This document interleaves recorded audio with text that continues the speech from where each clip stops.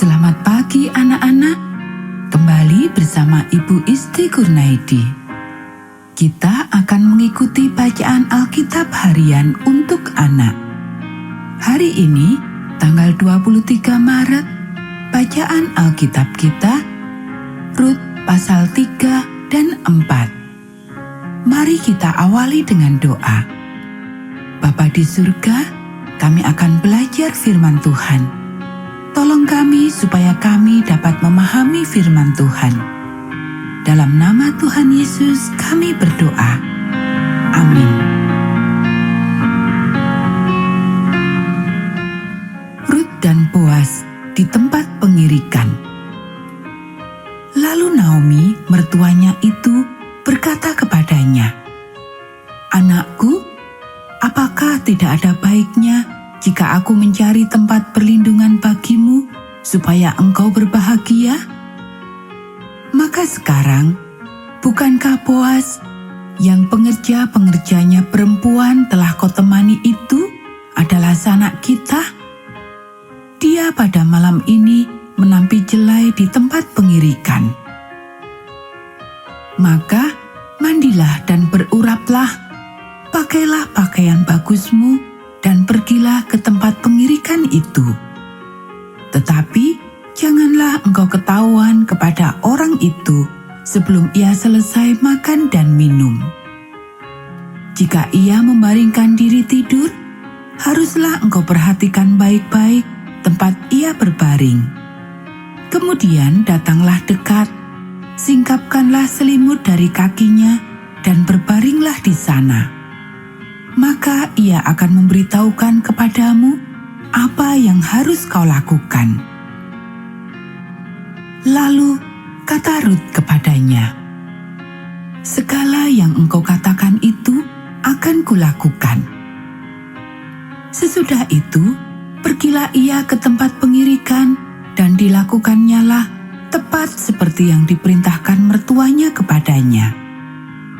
Setelah Boas habis makan dan minum, dan hatinya gembira, datanglah ia untuk membaringkan diri tidur pada ujung timbunan jelai itu.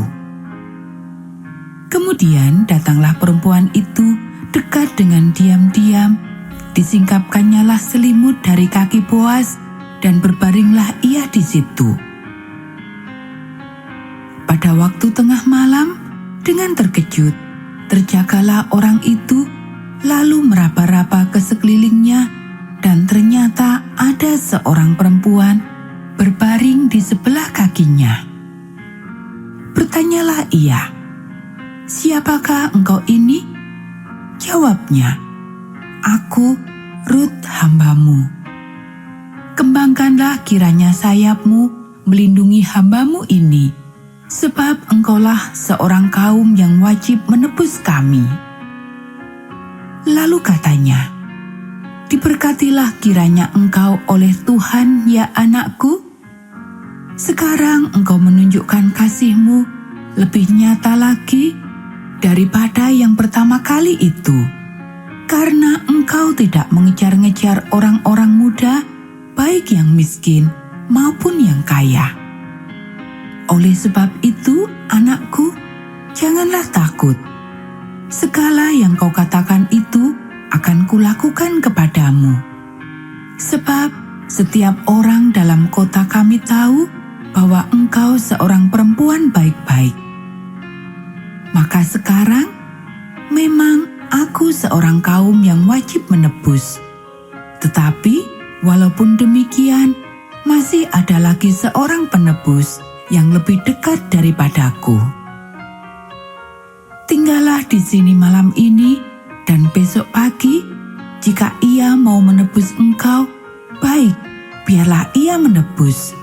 Tetapi jika ia tidak suka menebus engkau, maka akulah yang akan menebus engkau. Demi Tuhan yang hidup, berbaring sajalah tidur sampai pagi." Jadi berbaringlah ia tidur di sebelah kakinya sampai pagi. Lalu bangunlah ia sebelum orang dapat kenal mengenal. Sebab kata Boas, "Janganlah diketahui orang bahwa seorang perempuan datang ke tempat pengirikan. Lagi katanya, "Berikanlah selendang yang engkau pakai itu dan tadahkanlah itu." Lalu ditadahkannya selendang itu. Kemudian ditakarnyalah 6 jelai ke dalam selendang itu. Sesudah itu pergilah Boas ke kota. Setelah perempuan itu sampai kepada mertuanya, berkatalah mertuanya itu, "Bagaimana anakku?" Lalu diceritakannya semua yang dilakukan orang itu kepadanya, serta berkata, "Yang 6 takar jelai ini diberikannya kepadaku, sebab katanya, engkau tidak boleh pulang kepada mertuamu dengan tangan hampa." Lalu kata mertuanya itu, "Duduk sajalah menanti anakku, sampai engkau mengetahui bagaimana kesudahan perkara itu. Sebab orang itu tidak akan berhenti sebelum diselesaikannya perkara itu pada hari ini juga."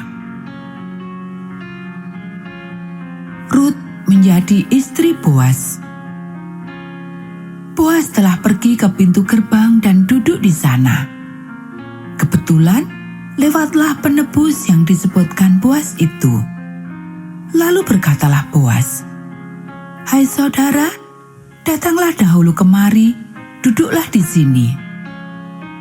Maka datanglah ia lalu duduk. Kemudian dipilihnyalah 10 orang dari para tua-tua kota itu dan berkata, "Duduklah kamu di sini." Maka duduklah mereka. Lalu berkatalah ia kepada penebus itu, "Tanah milik kepunyaan saudara kita Elimelek hendak dijual oleh Naomi yang telah pulang dari daerah Moab. Jadi pikirku, baik juga hal itu kusampaikan kepadamu sebagai berikut. Belilah tanah itu di depan orang-orang yang duduk di sini dan di depan para tua-tua bangsa kita. Jika engkau mau menebusnya, tebuslah. Tetapi jika engkau tidak mau menebusnya, beritahukanlah kepadaku supaya aku tahu, sebab tidak ada orang yang dapat menebusnya kecuali engkau, dan sesudah engkau, aku." Lalu berkatalah ia, "Aku akan menebusnya." Tetapi kata Boas, "Pada waktu engkau membeli tanah itu dari tangan Naomi, engkau memperoleh Rut juga, perempuan Moab, istri orang yang telah mati itu, untuk menegakkan nama orang itu di atas milik pusakanya." Lalu berkatalah penebus itu, "Jika demikian, aku tidak dapat menebusnya, sebab aku akan merusakkan milik pusakaku sendiri. Aku mengharap engkau menebus apa yang seharusnya aku tebus, sebab aku tidak dapat menebusnya." Beginilah kebiasaan dahulu di Israel dalam hal menebus dan menukar. Setiap kali orang hendak menguatkan sesuatu perkara, maka yang seorang menanggalkan kasutnya sebelah dan memberikannya kepada yang lain. Demikianlah caranya orang mensahkan perkara di Israel. Lalu penebus itu berkata kepada Boas, "Engkau saja yang membelinya." Dan ditanggalkannyalah kasutnya. Kemudian berkatalah Boas kepada para tua-tua dan kepada semua orang di situ, "Kamulah pada hari ini menjadi saksi bahwa segala milik Elimelek dan segala milik Kilion dan Mahlon aku beli dari tangan Naomi. Juga Rut, perempuan Moab itu, istri Mahlon, aku peroleh menjadi istriku untuk menegakkan nama orang yang telah mati itu di atas milik pusakanya. Demikianlah nama orang itu tidak akan lenyap dari antara saudara-saudaranya dan dari antara warga kota. Kamulah pada hari ini menjadi saksi. Dan seluruh orang banyak yang hadir di pintu gerbang dan para tua-tua berkata, "Kamilah menjadi saksi. Tuhan kiranya membuat perempuan yang akan masuk ke rumahmu itu sama seperti Rahel dan Lea, yang keduanya telah membangunkan umat Israel. Biarlah engkau menjadi makmur di Efrata, dan biarlah namamu termasyhur di Betlehem. Keturunanmu kiranya menjadi seperti keturunan Peres yang dilahirkan Tamar bagi Yehuda, oleh karena anak-anak yang akan diberikan Tuhan kepadamu dari perempuan muda ini." Lalu Boas mengambil Rut, dan perempuan itu menjadi istrinya, dan dihampirinyalah dia. Maka atas karunia Tuhan, perempuan itu mengandung, lalu melahirkan seorang anak laki-laki. Sebab itu, perempuan-perempuan berkata kepada Naomi, "Terpujilah Tuhan yang telah rela menolong engkau pada hari ini dengan seorang penebus. Termasyhurlah kiranya nama anak itu di Israel. Dan dialah yang akan menyegarkan jiwamu dan memelihara engkau pada waktu rambutmu telah putih. Sebab menantumu yang mengasihi engkau telah melahirkannya. Perempuan yang lebih berharga bagimu dari 7 anak laki-laki." Dan Naomi mengambil anak itu serta meletakkannya pada pangkuannya, dan dialah yang mengasuhnya. Dan tetangga-tetangga perempuan memberi nama kepada anak itu, katanya, "Pada Naomi telah lahir seorang anak laki-laki." Lalu mereka menyebutkan namanya Obed.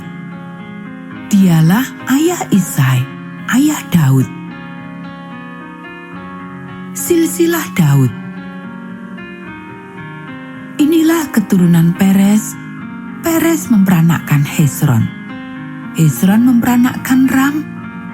Ram memperanakkan Aminadab. Aminadab memperanakkan Nahason. Nahason memperanakkan Salmon.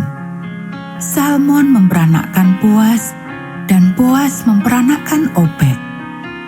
Obed memperanakkan Isai, dan Isai memperanakkan Daud. Anak-anak, demikianlah bacaan firman Tuhan hari ini. Mari kita akhiri dengan doa. Bapa di surga, terima kasih kami sudah belajar firman Tuhan. Tolong kami supaya kami dapat melakukannya. Kiranya Tuhan memberkati kami hari ini saat kami belajar, bermain, dan membantu orang tua. Dalam nama Tuhan Yesus kami berdoa. Amin.